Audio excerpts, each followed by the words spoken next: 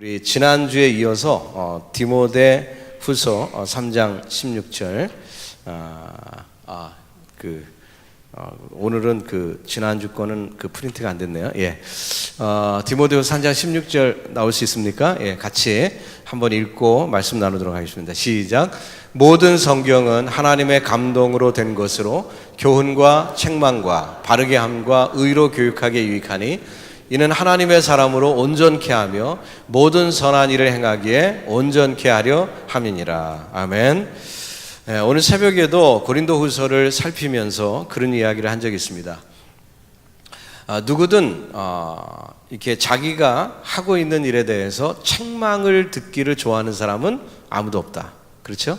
책망 듣기 좋아하는 사람이 어디 있습니까? 잔소리하면 사람들이 흔히들 뭐라 그래요? 아유, 저 사람 또 설교하고 있구나. 그렇게 얘기하기 때문에 이 설교라는 것은 원래부터 듣기가 싫은 거였던 것 같아요. 흔히들 얘기하는 대로 하면. 그런데도 설교를 해야 됩니다. 이게 이제 바울의 고민이었죠, 그죠? 바울이 고린도 전서를 쓰면서 큰 그 고민이 고린도 교회가 잘못됐으니까 그 잘못된 것을 지적하고 책망을 해야 되는데 그게 그의 마음의 큰 근심이었어요. 그래서 그 염려를 많이 했다고 했습니다. 그러나 고린도후서 우리가 오늘 아침에 읽은 말씀에 보면은 그 바울이 오히려 기쁨으로 변화되는 그런 사건이 있어요. 그 이유는 디도가 그 바울의 심부름을 받고 고린도 교회에 갔다가 돌아왔는데 어떤 소식을 갖고 왔냐면은 그들이 바울이 책망한 말씀을 듣고 회개했다는 거예요. 이게 바울의 큰 기쁨이고 그의 근심이 다 사라지고 오히려 기쁨이 되는 그런 결과를 가져왔던 것입니다. 그래서 성경은 근본적으로 책망하는 책입니다. 책망하는 책이에요. 왜? 우리가 인생을 우리가 잘 살면은 책망할 이유가 없죠. 그러나 우리 인류의 조상인 아담 때부터 우리는 어떻습니까? 죄를 짓고 살았어요. 그러니까 당연히 인간은 책망받아야만 하는 게 인간입니다. 그래서 오늘도 우리가 읽은 디모데후서 3장 16절 이하의 성경에 대한 말씀 가운데서도 교훈과 책망과 바르게 함과 의로 교육하는 책이 성경이다. 바르게 한다는 얘기의 전제는 뭡니까? 삐뚤어졌다는 얘기죠. 삐뚤어졌으니까 바르게 하는 거죠. 제가 이 치아 때문에 고생을 하고 있습니다. 왜 이 고생을 하죠? 이빨이 잘못됐으니까 이 고생을 하는 겁니다. 그렇지만 이 고생을 해야 이빨을 안 뽑는다고 그래서 지금 치료를 하는 거죠. 고통을 하면서도. 그런 것처럼 성경은 약간의 고통을 우리에게 줍니다. 성경은 우리를 바르게 하기 위해서 우리를 교훈과 책망으로 우리를 디스플린 하는 거죠. 하지만 그 디스플린을 통해서 우리가 변화되고 바르게 되는 것이 목적이기 때문에 여전히 성경은 저와 여러분을 책망하고 바르게 한다는 거예요. 그래서 설교 혹은 성경을 우리가 대할 때 하나님의 말씀을 접할 때 우리의 자세는 거기에 대해 열려 있어야 됩니다. 책망받을 준비가 돼 있어야 돼요. 저희 아이들이 넷이 있는데요. 넷 키우는데 이 막내가 야단을 제일 안 맞았어요. 그 이유는 뭐냐면은 막내니까 좀 어리니까 책망하기 좀 힘드니까 그런 것도 있었겠지만 이 아이가 보통 약한 게 아니에요. 형들이 잘못하고 혼나는 걸 다 보면서 자랐거든요. 그러니까 잘못하면 빨리 잘못했다고 얘기하는 게 상책이다. 이걸 아는 거예요. 그래서 큰아이, 둘째 아이, 셋째 아이 고집 피우다가 저한테 많이 맞았거든요. 어렸을 때. 근데 이 막내는 딱 눈치 딱 보면서 잘못했다고 딱 그러는 거예요. 그러니까 뭐 잘못했다는데 뭐 어떻게 하겠습니까? 그 야단치기도 뭐하고 때릴 수도 없고 벌써 잘못했다고 했으니까 억울히 했으니까 더 이상 할 게 없잖아요. 참 그게 지혜죠. 우리가 하나님 앞에서 그렇게 서야 된다는 것입니다. 하나님 앞에 섰을 때 말씀 앞에 섰을 때 내가 죄인임을 인정하고 들어갈 때 책망을 덜 받는 거예요. 내가 그 책망받아 마땅한 사람인 줄 알고 나갈 때 거기에 지혜가 있는 거예요. 근데 우리가 미련해서 뻗당기고 내가 잘못한 거 없다. 왜 나한테 그러냐 하면 더 맞는 것입니다. 하나님한테. 더 맞고 더 얻어맞고 그래야 나중에 이제 깨닫는 거죠. 여러분과 제가 오늘 말씀을 공부하는데요. 지난주에 이어서 이 말씀 사실 제가 지난주에 이렇게 보니까 제가 무식하게 성경을 그냥 읽으면서 수십 절을 찾아갖고 그냥 여러분들에게 막 쏟아부었거든요. 그랬더니 주무시는 분이 많더라고요. 제가 그래서 깨달음이 왔어요. 그래서 오늘도 똑같은 내용인데 그렇게 했다가는 다 주무시면 이거 소용없지 않나 생각해갖고 제가 재미있는 얘기를 하나 준비해 왔습니다. 이거 옛날에 했던 것도 같고요. 예, 근데 한 것도 같은데 어쨌든 제 기억력이 좀 좋지 않아갖고 기억나는 분들 있으면 그냥 처음 듣는 것처럼 웃어주시기 바랍니다. 웃자고 하는 얘기니까. 총알 택시 기사하고요, 목사님이 돌아가신 다음에 천국에 갔대요. 총알 택시 기사하고 목사님하고 천국 갔는데 목사님은 의뢰이 주님으로부터 칭찬 많이 받을 줄로 알았다는 거예요. 근데 예수님이 총알 택시 기사를 더 많이 칭찬해 주시는 거예요. 그래서 화가 났습니다. 목사님, 내 평생 주를 위해 헌신했는데 하나님, 이럴 수가 있냐고 어찌 총알 택시 기사가 한 게 뭐 있다고 나보다 더 많이 칭찬하게, 이게 좀 잘못된 거 아니냐고 이렇게 질문했대요. 그랬더니 이제 예수님이 뭐라고 대답을 하냐면, 야, 너는 수많은 사람들을 졸게 만들었는데 이 총알 택시 기사는 수많은 사람들을 기도하게 만들었어. 그러니까 칭찬받아야지. 이런 얘기가 있었다고 합니다. 재밌죠, 그죠? 제가 웃자고만 얘기를 했을까요? 그게 아니죠. 의미가 있는 것 같아요. 사실 우리가 이 땅에서 하나님의 말씀 대할 때 뭐 다 아는 얘기, 또 식상할 수 있는 그냥 교리, 그러니까 그냥 넘어갈 수 있어요. 근데 이 교리가 왜 중요하냐면요, 교리로 무장을 안 하면 사탄한테 넘어집니다. 어떤 때요? 이단한테 넘어져요. 이단을 이기는 것은 교리입니다. 다른 거 아니에요. 이단을 이기려면 교리가 있어야 돼요. 즉 말씀에 기초한 교리죠. 바울 사도를 통한 그 교리가 우리가 투철하게 준비되어 있어야 어떤 이단이 우리에게 올 때 이거 말씀에 비춰보니까 잘못됐다, 금방 벌써 알레르기 증상이 딱 나오는 거예요. 그래서 여러분과 제가 이단에 대해서 잘 모르더라도, 어떤 이단이 어떻고 저쩌고 잘 모르더라도 진리에 입각한 말씀 공부를 제대로 한 사람은요, 그런데 딱 가서 접해보면 뭔가 좀 안 맞아요. 코드가 안 맞아요. 다른 것을 여러분 금방 느낍니다. 책을 읽어도 그렇고, 요즘 이잔택도 굉장히 많거든요. 그런 책을 접해도 그렇고, 아니면 무슨 설교를 듣거나 강연을 듣거나 할 때 금방 그것이 이제 느껴지는 그런 것이 있을 거예요.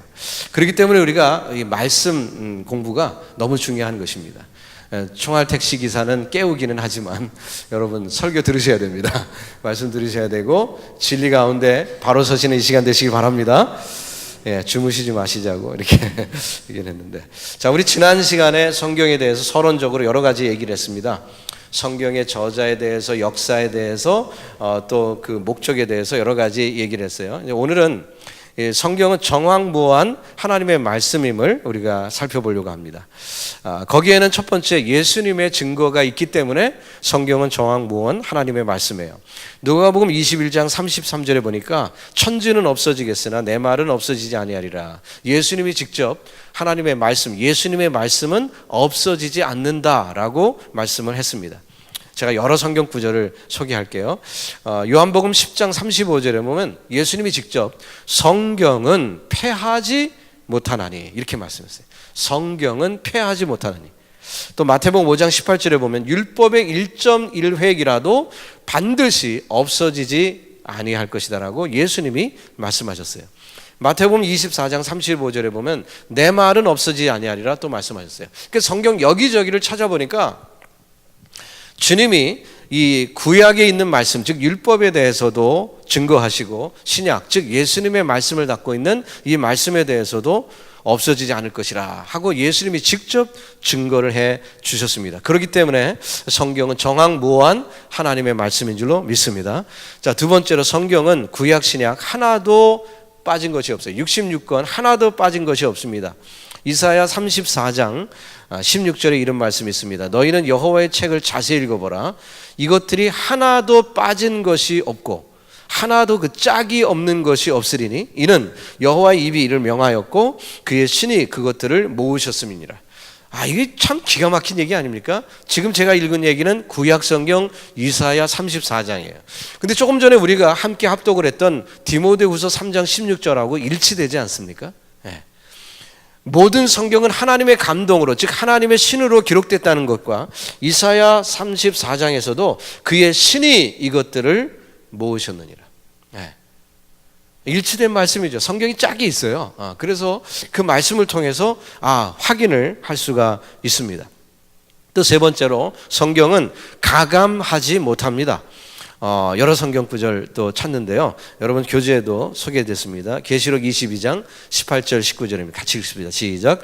만일 누구든지 이것들 외에 더하면 하나님의 이 책에 기록된 재앙들을 그에게 더하실 터이요 만일 누구든지 이 책의 예언의 말씀에서 제하여 버리면 하나님의 이 책에 기록된 생명나무와 및 거룩한 성에 참여함을 제하여 버리시리라. 무슨 얘기예요? 성경 말씀을 가감하면 구원 못 받는다는 얘기예요. 엄히 말씀하고 있어요. 성경 말씀을 감히 교만해서 난도질을 하면 여기 분명히 기록했잖아요. 생명나무와 거룩한 성에 참여함을 제하여 버리시리라. 한마디로 말하면 구원 못 받는다 그 얘기입니다. 그러니까 이 성경을 우리가 가볍게 여겨서 성경을 난도질하는 것은 크게 위험한 것입니다. 성경의 권위를 우리가 인정하고 가감해서는 안 돼요. 있는 그대로 캘빈이 얘기하는 것처럼 Let Bible talk. 성경으로 말하게 하라. 우리 목회자들은 늘 하는 사역이 뭐냐면 성경으로 말하게 하는 거지 자기의 말로 자기의 주장을 펴기 위해 성경을 인용하거나 그런 식으로 하면 안 된다는 거예요. Let Bible talk. 그래서 제가 강해 설교를 하는 이유는 성경이 말하게 하기 위한 그 시도를 하는 것입니다. 제 설교를 수년 동안 관찰해 보신 분들은 아시겠어요? 제 설교는 어떻게 진행이 됩니까? 성경 읽고 그 성경이 무슨 뜻인지 풀어드리는 거예요. 다른 거 전혀 없어요. 어떤 정치적인 이슈나 뭐 그런 것 때문에 성경을 인용하거나 그런 식으로 하지 않습니다.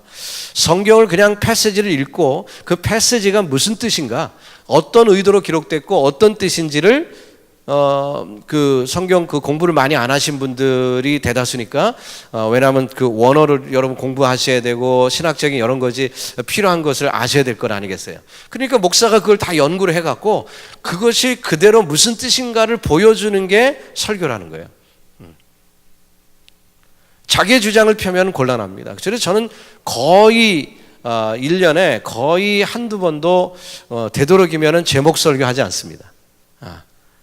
이번 달에는 사랑의 달이니까 사랑에 대해서 설교해야지. 이번 달에는 가정의 달이니까 가정에 대한 설교를 해야지. 물론 가정에 대한 설교를 하긴 하지만 성경에 있는 대로만 그냥 하는 거예요. 패세지만 그대로 읽는 거예요. 어떤 그 정치적인 이슈, 뭐 공화당에 오르나 민주당에 오르나, 뭐 목사도 뭐 시민이면 자기 파가 있겠죠. 하지만 그것에 따라서 어떤 주장을 하는데 성경을 인용하거나 설교를 해서는 안 된다는 거예요. 성경을 그대로 있는 그대로 가감하지 않고 보이는 거예요. 성경을 무서워해야 돼요. 성경을 두려워해야 돼요. 근데 이제 설교자들이 많은 순간 이 강단에 많이 쓰다 보면 설교하는 것을 두려워하지 않고 하는 그런 그 오류에 빠질 수가 있어요. 이게 목회자에게는 가장 큰 시험이죠. 왜냐하면 늘 설교를 하니까. 그래서 조심해야 되죠.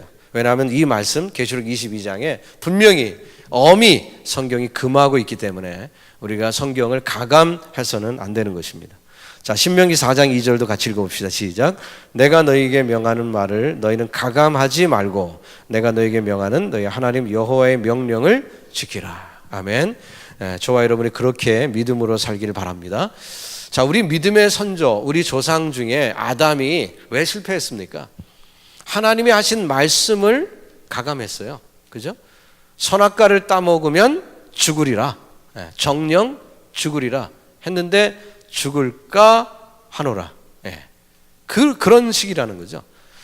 정반대 얘기를 하는 사람은 그게 많지 않습니다. 성경에 이랬는데 나는 정반대로 얘기한다. 이런 사람은 그게 많지 않아요. 그런데 위험한 건 뭐냐면 이렇게 가감하는 거예요. 슬쩍 조금 바꾸는 거예요.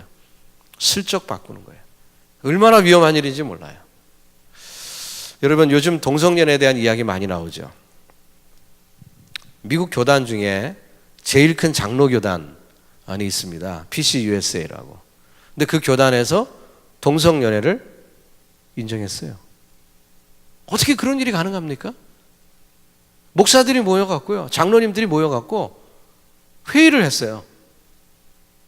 그런데 동성연애자도 인격적으로 대우를 해줘야 되기 때문에 교회에서 그것을 허락해야 된다. 자, 이런 어떻게 성경을 보는 사람들이 그럴 수가 있을까요? 이유는 간단합니다. 성경을 가감하기 때문에 그렇습니다. 있는 대로 보지 않고, 성경이 있잖아요. 그러면은, 그때 문화적으로 그랬다. 지금은 달라졌다. 이렇게 하는 거예요. 그게 뭐죠? 가감입니다. 가감. 성경이 있는 대로 믿지 않고 그것을 가감하는 거예요. 그 굉장히 위험한 건데, 이 계시록 22장이나 신명기 4장 2절을 읽어야죠. 그리고 아담의 실수가 무엇이었는지 다시 확인해 보면 그럴 수 없는 것입니다. 여러분, 저와 여러분이 우리 교회를 같이 섬기고 있는데요, 우리 교회는 말씀대로 섬기는 교회예요. 할렐루야. 저와 여러분이 이 신앙 지키고 정말 하나님의 나라가 이 땅에 임하는 놀라운 축복을 날마다 경험하시기를 주님의 이름으로 축원합니다. 하나님의 나라가 뭐지요? 말씀이 다스리는 곳이에요. 여러분의 가정이 하나님의 말씀이 다스리기를 바랍니다. 가감 없이 있는 그대로, 말씀 그대로가 다스리는 그 가정, 그곳이 하나님의 나라가 임하는 장소인 줄 믿습니다. 여러분, 그러기를 주님의 이름으로 축복합니다. 자, 다섯 번째로 성경은 생명의 말씀이다. 한마디로 복음이다. 이렇게 말하는데요. 여러 가지로 또 나누어 생각해 보겠습니다. 첫 번째 같이 읽어보시죠. 시작. 성경은 영혼을 살리기 때문에 복음이라는 거예요. 영혼을 살린다. 베드로전서 1장 22절도 같이 읽습니다. 시작. 너희가 진리를 순종함으로 너희 영혼을 깨끗하게 하여 거짓이 없이 형제를 사랑하기에 이르렀으니 마음으로 뜨겁게 피차 사랑하라. 자, 너희 영혼을 깨끗하게 하여, 영혼이 살아가는 거예요. 진리를 순종함으로. 진리에 순종하면 영혼이 깨끗하게 되는 것입니다. 야고보서 1장 18절에 있는 말씀이 있습니다. 그가 그 조물 중에 우리로 한 첫 열매가 되게 하시려고 자기의 뜻을 좇아 진리의 말씀으로 우리를 낳으셨다. 이런 말씀이 있어요. 진리의 말씀으로 우리를 낳으셨다. 생명, 영혼을 살리는 일이 있었다는 거예요. 자, 예수님의 제자들이 많이 떠나고 있습니다. 예수님이 십자가 지실 거 얘기하니까 많이 떠나고 있습니다. 그때 너희도 가려느냐 했더니 베드로가 이렇게 대답합니다. 대답하되 주여, 영생의 말씀이 계심에 우리가 네게로 가려울까? 요한복음 6장 68절이죠. 영생의 말씀, 영생의 말씀이 여기 있기 때문에 어디도 갈 수 없습니다. 그의 고백대로 저와 여러분이 영생의 말씀, 하나님의 말씀, 생명을 살리는, 영혼을 살리는 이 말씀을 늘 가까이 할 수 있기를 바랍니다. 주 예수를 믿으라. 그리하면 너와 내 집이 구원을 얻으리라. 사도행전 16장 31절이죠. 하나님의 말씀을 따르는 자, 예수 믿는 자, 바로 그 구원의 축복을 누리는 줄로 믿습니다. 그 영생, 이 복음이 생명의 말씀, 영혼을 살리는 놀라운 역사를 우리에게 주는 거예요. 자, 두 번째는 성경은 뭐라고 했습니까? 힘을 더해준다 그랬습니다. 여러분, 세상 살기가 힘들죠. 때로 어려울 때가 있어요. 한 번은 저희 그 둘째 딸이 이제 늦게까지 이제 있다가 이제 집에 들어오는데요. 이 일이 힘들었는지 문을 탁 열고 들어오면서 한숨을 푹 내쉬더라고요. 20대 초반, 얼마나 삶이 생동감 있고 좋아야 되는데 그냥 한숨을 푹 쉬고 내려오더라고요. 학원에서 얘가 이제 선생을 하는데, 그래서 야, 학원에서 뭐 힘든 일이 있었냐 했더니 아빠, 오늘 나 혼자 있었어요. 그 학원에서 혼자 가르쳤대요. 선생님들이 이렇게 저렇게 익스큐즈가 있어갖고 자기가 그 많은 학생들을 혼자 컨트롤하라고 힘들었다는 거예요. 푹 한숨을 쉬더라고요. 그렇습니다. 24살짜리도 삶이 곤고합니다. 그 세상이에요. 우리 세상이 그렇습니다. 힘들고 어려워요. 사실이죠. 그렇지만 우리가 말씀을 통해 새 힘을 얻은 줄 믿습니다. 우리 요한복음 16장 33절 읽어봅니다. 시작. 너희로 내 안에서 평안을 누리게 하려 함이라. 세상에서는 너희가 환난을 당하나 담대하라. 내가 세상을 이겼노라. 이런 말씀을 들을 때 여러분 힘이 나지 않습니까? 우리가 연약하고 힘들 때 주님의 말씀이 우리에게 평강을 주고 내가 세상을 이기었노라 하시는 그런 말씀이 우리에게 능력이 될 줄 믿습니다. 요한복음 10장 9절에도 내가 문이니 누구든지 나로 말미암아 들어가면 구원을 얻고 또는 들어가며 나으며 꼴을 얻으리라. 꼴. 먹으면 힘나는 거 아니겠습니까? 먹으면 힘나는 거죠. 제가 이번에 그 잇몸 수술을 하느라고 사흘 동안 그냥 스프하고 뭐 이런 것만 먹었어요. 그랬더니 사흘 동안에 5파운드 팍 빠지더라고요. 야, 이거 사람 살이라는 게 별거 아니더라고요. 여러분 다이어트 하려면은 아주 방법이 간단합니다. 그냥 음료수만 마시세요. 스프만 드세요. 제 아내가 제 영양을 생각해갖고 뭐 스프도 막 그냥 뭐 생선 뭐 과일 뭐 또 뭐 배추 뭐 별거 다 나갖고 제가 잘 기억을 못 하겠는데 제가 안 했으니까요. 근데 그래갖고 그 스프를 그렇게 해갖고 주는데 그거 먹어봤자 그래서 제가 우리 한 목사님 생각했어요. 한 목사님이 리퀴드만 지금 드시잖아요. 그러니까 마를 수밖에 없어요. 마를 수밖에 없어요. 너무 안타깝지만 어쨌든 하나님의 말씀 우리의 꼴이라고 했습니다. 꼴을 먹으면 어때요? 힘이 나는 거예요. 힘이 나는 거예요. 세상이 힘들고 어려워도 여러분 말씀으로 힘을 얻기를 주님의 이름으로 축복합니다. 세 번째는 뭐예요? 성경은 기쁨을 줘요. 시편 19편 8절을 골라봤습니다. 같이 읽어봅시다. 여호와 교훈은 정직하여 마음을 기쁘게 하고 여호와의 계명은 순결하여 눈을 밝게 하도다. 하나님의 말씀이 우리에게 기쁨을 준다 얘기했습니다. 시편 119편 162절에 사람이 많은 탄취물을 얻은 것처럼 나는 주의 말씀을 즐거워하나이다. 하나님의 말씀을 즐거워한다. 송이꿀보다 더 달다 얘기하죠. 그래서 시편 119편에 보면은 말씀에 대한 이야기가 굉장히 많이 나오는데 여러분 그 말씀이 하나님의 말씀이 여러분과 저에게 기쁨 되길 바랍니다. 능력 되길 바랍니다. 자, 네 번째는 성경은 평안을 줍니다. 평안을 줍니다. 요한복음 14장 27절입니다. 시작. 평안을 너희에게 끼치노니 곧 나의 평안을 너희에게 주노라. 내가 너희에게 주는 것은 세상에 주는 것 같지 아니하니라.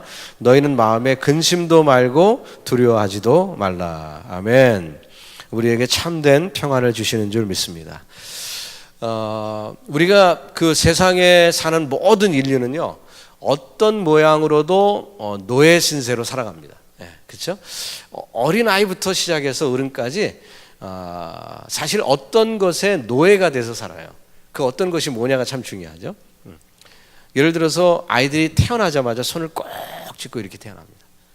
베이비 태어날 때 들어가 보신 분은 아시겠지만 손을 탁 펴고 여유 있게 태어나는 아이는 지상에 하나도 없어요. 그러면 진짜 큰일 나는 거예요. 얘가 병이 걸린 거예요. 무슨 문제가 있는 거죠. 건강한 아이는 정상적인 아이는 손을 꼭 잡고 이렇게 태어나요. 그래갖고 손을 이렇게 손가락을 주면 그냥 꽉 잡습니다. 앞도 잘 안 보이는 애가 그냥 꽉 잡습니다. 뭔가 한번 잡아보려고 욕심을 가지고 태어나는 거예요. 욕심을 가지고. 어떤 그 짓궂은 사람이 태아가 속에 있을 때 쌍둥이가 서로 싸우는 장면, 희노애락이 그 안에도 뱃속에서도 다 있다고 그러죠. 그죠? 참 그런 모습을 보면서 우리가 정말 인간이 죄인이구나 하는 것을 깨닫는데 태어날 때부터 우리는 뭔가의 노예가 되어 있어요. 그래서 뭔가에 이끌려 삽니다. 한 번도 자유한 적이 없어요. 그러나 예수님이 뭐라고 합니까? 진리로 자유케 한다고 말씀합니다.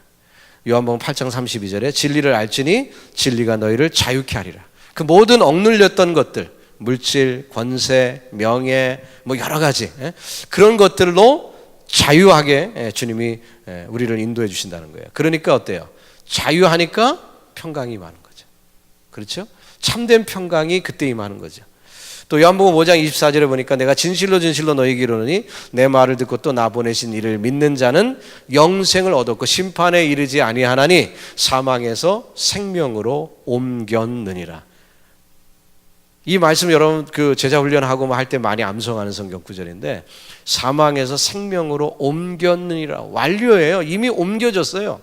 그러니까 불안하고 내가 구원받았나 불안하고 있을 때 그 말씀이 내게 평안을 주죠. 사단이 위스퍼링 합니다. 아유 니까짓 게 무슨 구원을 받았다. 너 하는 짓거리 봐. 너 아직도 문제 많잖아. 이러면서 우리의 신앙을 무너뜨리려고 하죠. 그때 이런 말씀이 있을 때 우리의 참된 평강이 임하는 줄 믿습니다. 또 다섯 번째로 성경은 어떻게 해요? 마귀를 이기게 합니다. 에베소 6장 17절에 전신갑주 얘기 나오죠. 구원의 투구와 성령의 검 곧 하나님의 말씀을 가지라 했습니다. 전신갑주를 보면은 사실 이 성령의 검 외에는 다 수비형이에요. 투구, 방패, 뭐 허리띠 이거 다 뭡니까? 신발 다 그 수비형이에요. 예. 공격용은 없어요. 근데 이 그 sword, 검만은 공격도 할 수 있고 방어도 할 수 있죠. 하나님의 말씀이 우리를 지키기도 하고 적을 무찌르기도 합니다.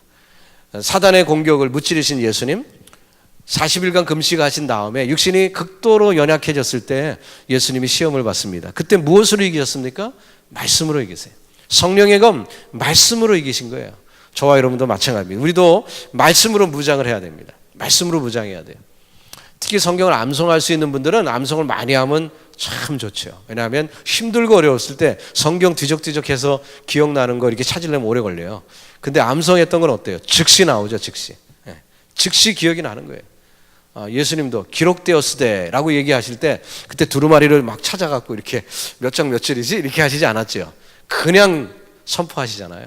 그러니까 우리도 그런 무장이 우리에게 필요합니다. 그래서 근본에 요번에 바이블 아카데미 이렇게 공부할 때도 여러분 몇 절이라도 더 외우시고 또 공부도 많이 하셔서 무장할 때 우리가 사탄 마귀를 능히 이길 줄로 믿습니다. 자, 여섯 번째, 성경은 지혜를 주며 지식을 더하여 줍니다. 제가 그런 경험을 했어요. 오래전에 벌써 쉐어를 한 얘기인데 못 들으신 분도 있으니까 또 얘기하는데요. 제가 지금 하이스쿨 때 조금 삐뚤어졌습니다. 삐뚤어졌다는 얘기는 뭐냐면 부모님 밑에서 그냥 너무 편안하게 이렇게 정상적인 가정에서 이렇게 살다 보니까 반항기가 왔을 때 심하게 한번 반항하고 싶었어요. 그래갖고 고등학교 들어가자마자 별난 운동도 하고 폭력 서클에도 들어가고 뭐 하여튼 뭐 요즘 얘기하면 깽이죠. 뭐 별짓을 다 하고 돌아다녔는데 그때 이제 유익한 일이 하나 있었습니다. 뭐냐면은 제가 무전 여행을 했어요. 전국을 이렇게 배낭에 바나하고 코펠 그리고 쌀 좀 이만큼 집어넣고 고추장 한 병 넣고 그냥 떠나는 거예요. 여비도 없고 돈 한 푼도 없어요. 그냥 가는 거예요. 근데 또 저를 졸졸졸 따라다니던 1년 아래 동생들이 있어요.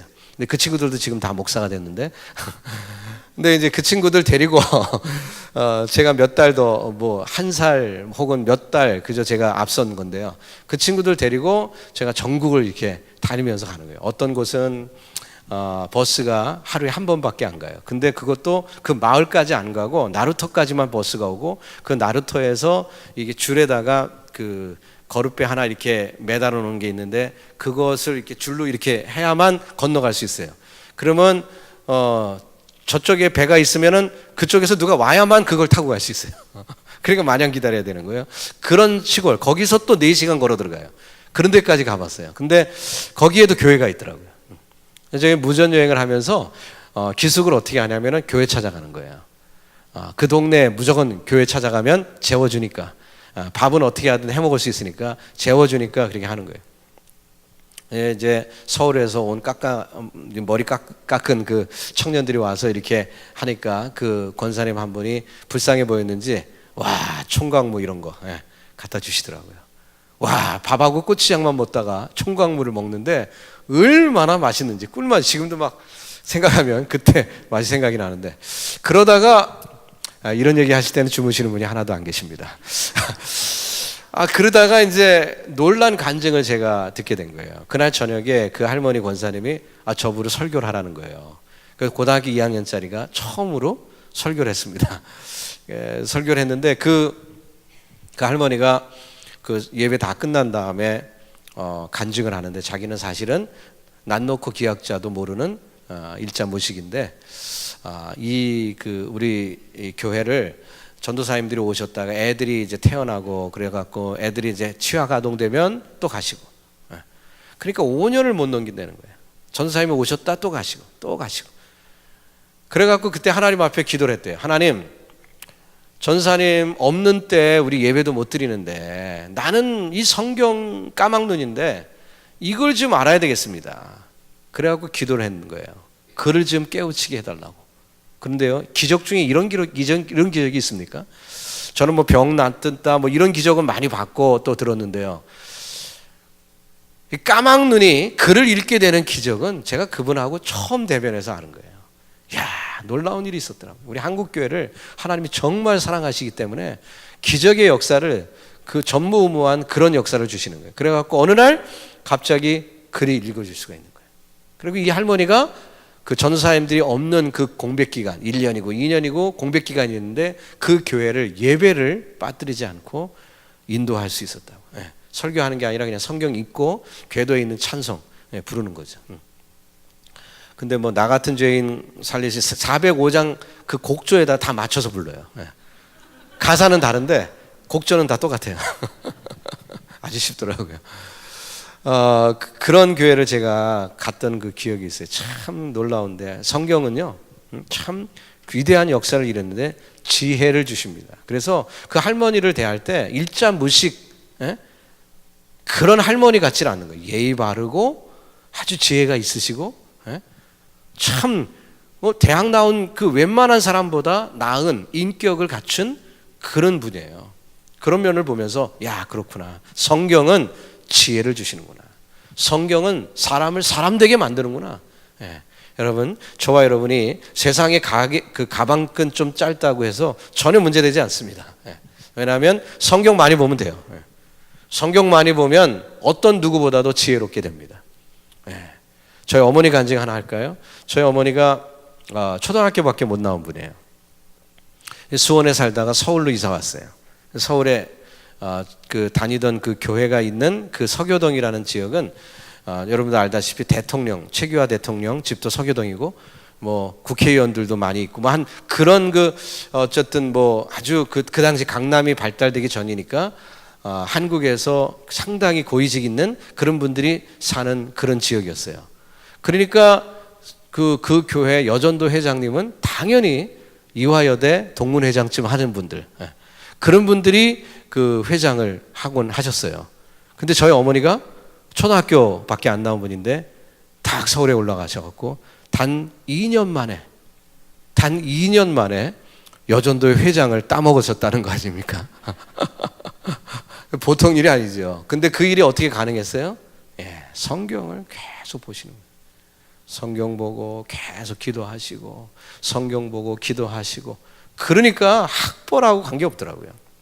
오히려 그렇게 학벌 좋으신 권사님들이 지금도 저희 어머니를 그리워하면서 제가 얼마 전에도 우리 모교에 다녀왔잖아요. 저희 어머니 그렇게 그리워하면서 그렇게 그때가 좋았다고 그렇게 얘기를 하시는 거예요. 여러분, 여러분과 제가 세상 학벌 뭐 필요하겠지요. 공부하면 뭐 남줍니까? 공부하면 다 자기에게 유익이 있겠죠. 하지만 말씀이 더 위대하다는 것 아시고 혹시 가방끈 짧은 분들 전혀 주눅들지 마시고 나는 하나님의 말씀 학교를 다녔다. 자랑스럽게 생각하시고 그 지혜로 승리하시길 바랍니다. 자, 19편 시편 7절로 8절 한번 읽어보세요. 같이 읽습니다. 시작. 여호와의 율법은 완전하여 영혼을 소생케 하고 여호와의 증거는 확실하여 우둔한 자로 지혜롭게 하며 여호와의 교훈은 정직하여 마음을 기쁘게 하고 여호와의 계명은 순결하여 눈을 밝게 하도다. 아멘. 저와 여러분의 말씀인 줄 믿습니다. 하나님의 말씀으로 지혜로워지시고 그 말씀으로 눈이 밝아지고 또 정직하고 하나님을 기쁘게 하며 함께 기뻐하는 지혜로운 성도들이 되시길 주님의 이름으로 축원합니다. 자, 7번째로 성경은 소망을 줍니다. 우리가 인생 가운데 크게 절망의 위기 가운데 있을 때도 하나님의 말씀을 쭉 읽다 보면 그 말씀이 우리에게 소망을 주는 거예요. 베드로전서 1장 3절로 4절 또 같이 읽읍시다. 시작. 찬송하리로다 우리 주 예수 그리스도의 아버지 하나님이 그 많으신 긍휼대로 예수 그리스도의 죽은 자 가운데서 부활하심을 말미암아 우리를 거듭나게 하사 산 소망이 있게 하시며 썩지 않고 더럽지 않고 쇠하지 아니하는 기업을 있게 하시나니 곧 너희를 위하여 하늘에 간직하신 것이라. 아멘. 산 소망을 주신다 그랬습니다. 산 소망. 여러분과 저에게 그 산 소망, 늘 살아있는 소망이 말씀과 함께 늘 영원하기를 주님의 이름으로 축복합니다. 시편 19편 9절도 읽어보면 여호와를 경외하는 도는 정결하여 영원까지 이르고 여호와의 규례는 확실하여다 의로우시니. 그러니까 우리가 읽는, 우리가 외우는 말씀은 영원토록 계속되는 거예요. 영원토록 계속되는 거예요. 여러분이 죽어 나중에 부활한 다음에 천국에 있을 때도 그 영원토록 하나님의 말씀은 계속되는 것입니다. 네, 계속되는 거예요. 하나님의 말씀은 영원하기 때문에. 영원하기 때문에. 아마 그때는 기도는 안 해도 될 것 같아요. 왜냐하면 얼굴과 얼굴을 대하니까 하나님의 마음과 내 마음이 일치되니까 기도는 필요 없을 것 같아요. 그런데 찬양은 계속하겠죠, 그죠? 그리고 말씀, 말씀은 영원한 거니까. 말씀도 영원하죠. 그래서 하나님의 뜻이 저와 여러분에게 영원한 축복으로, 참된 소망으로 영원토록 우리에게 능력이요, 권세요, 힘이요, 지혜요, 소망이 되시기를 주님의 이름으로 축복합니다. 신앙과 생활의 유일한 법칙이 또 하나님 말씀이에요. 여기 그냥 간단하게 써놨는데 예배의 모범도 성경에서 찾을 수 있죠. 예를 들어서 10계명 중에 4계명은 뭡니까? 안식일을 기억하여 거룩히 지키라고 했어요. 그러니까 그게 예배 모범이죠. 그죠? 그날을 거룩하게 구별해서 예배드리는, 하나님 앞에 예배드리는 날이에요. 자, 하나님만 섬기는 일, 신명기 28장에 보면은 1계명부터 3계명이 나오죠. 첫 계명이 뭡니까? 나 외에 다른 신을 두지 말라. 새긴 우상 만들지 말라. 두 번째. 세 번째, 망령되 행하지 말라. 그죠? 그러니까 그 이 세 계명이 쫙 있어서 하나님 섬기는 도를 성경을 통해서 우리에게 알려주셨어요. 가정생활 어떻습니까? 5계명이죠. 부모 공경하라. 그죠? 부모 공경하는 거 5계명이 있으니까 가정생활. 윤리생활 어떻습니까? 6계명부터 10계명이죠. 살인하지 말라, 가늠하지 말라, 도둑질하지 말라, 거짓 증거하지 말라, 이웃의 것 탐내지 마라. 그러니까 이 모든 게 뭐예요? 윤리생활이죠. 윤리생활. 그래서 이 윤리생활만 10계명만 잘 지켜도 신앙생활 잘하는 거예요. 10계명만 지켜도. 10계명만. 뭐 복잡하게 성경 다 다른 거 다 지키려고 안 해도 10계명만 지킬 수 있는 사람 나와봐라. 10계명도 우리 다 못 지켜요. 10개인데 그것도 못 지켜요. 그게 우리 부족한 우리들입니다. 그러나 이 말씀을 통해 다시 되새김질 해야 돼요. 10계명도 우리가 자주 기억할 필요가 있습니다. 왜? 그것이 구약의 총체니까. 10계명 우리가 기억을 해야 돼요. 간음하지 말라. 살인부터 봐야죠. 살인하지 말라. 근데 예수님은 뭐라 했습니까? 남 미워하는 것도 살인이라고 그랬으니까 마음속의 살인도 하지 말아야 되겠죠. 그 다음에 간음하지 말라. 육체적으로 직접 something going on 하지 않아도 마음으로라도 간음하지 말라. 도적질, 남의 걸 훔치는 것, 그것도 마음까지죠, 그죠? 그러니까 욕심내는 것, 그것 우리가 하지 않아야죠. 분수를 알아야 돼요. 자기 것대로 살아가야죠. 땀을 흘린 대가로 얻는 것이 최선입니다. 최선이에요. 그 다음에 9번째 뭡니까? 거짓 증거. 이거를 우리가 많이, 한국 사람들은 많이 놓치는 것 같아요. 살인, 간음 이런 거 뭐 끔찍하니까 금방 눈이 막 떠지는데 거짓 증거. 이웃에 대해서 거짓 증거하는 거. 거짓말이면 절대로 말하면 안 되거든요. 그런데 아니면 말지 뭐. 이러고 그냥 하네요. 우리 교회에서도 그런 일을 많이 봐요. 그래서 너무너무 저는 답답한데. 거짓 증거, 이거 굉장히 10계명 중에 있는 거예요. 10계명 중에 있는 건데 우리가 남에 대해서 거짓말하면 안 되거든요. 들은 소문이라고. 그게 소문이 만약에 거짓말이면 어떡할 거예요? 그러면 나도 책임이 있는 거거든요. 그 소문을 옮긴 사람이. 확인을 해봐야 돼요. 그래서 조금이라도 의심 가는 일이 있으면 확인해보고, 확인해서 사실이면 말해도 되지만 거짓말이면 절대로 말하면 안 되죠. 그리고 책임져야 돼요. 책임져야죠. 뭐든지 컨스퀀스가 있습니다. 하나님의 용서라는 게 컨스퀀스, 이 결과까지 없애주는 건 아니에요.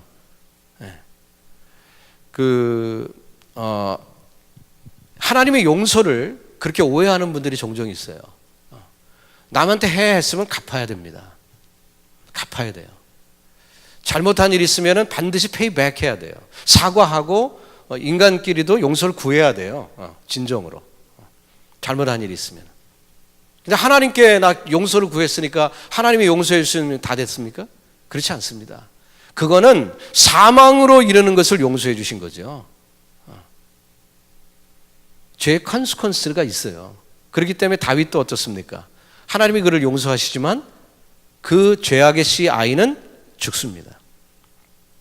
그리고 그 죽는 것으로만 끝나지 않고 압살롬 이후에 엄청난 값을 다윗은 눈물로 결과를 체험해야 됐어요. 간음과 살인의 결과를. 무서운 거예요. 여러분, 죄를 가까이 하지 마시고요. 죄 정말 무서운 거니까 우리가 두려운 마음으로 그렇게 봐야 합니다. 거짓 증거, 이거 위험한 겁니다. 그 다음에 10번째는 그 도적질하고 반복되는 얘기죠. 이웃의 집 탐내지 말라 한 얘기 있습니다. 자, 경제생활 어때요? 경제생활 성경에 보니까 엿새 동안 열심히 일하라 그랬어요. 그러니까 예수 믿는 사람은 사회생활 열심히 해야 돼. 놀고 먹으려고 하면 안 돼요. 땀 흘리기를 기뻐하고 열심히 살아야 돼요. 그게 성경 말씀이에요. 데살로니가후서 3장 10절에 말씀이 있습니다.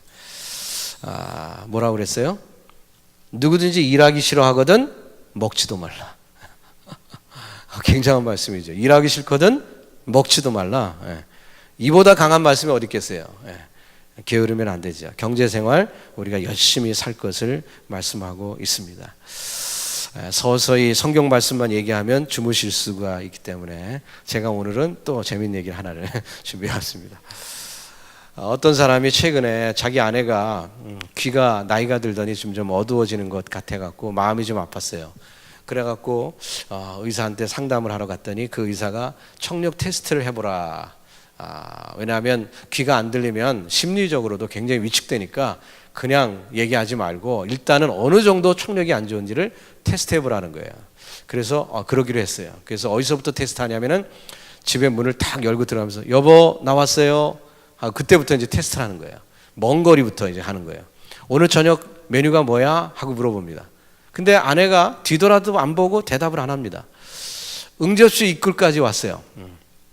또 아내한테 얘기합니다. 오늘 저녁 메뉴가 뭐지? 하는데 아직도 대답을 안 해. 그래서 부엌 입구까지 왔어요. 오늘 저녁 뭐야? 그래도 대답을 안 해.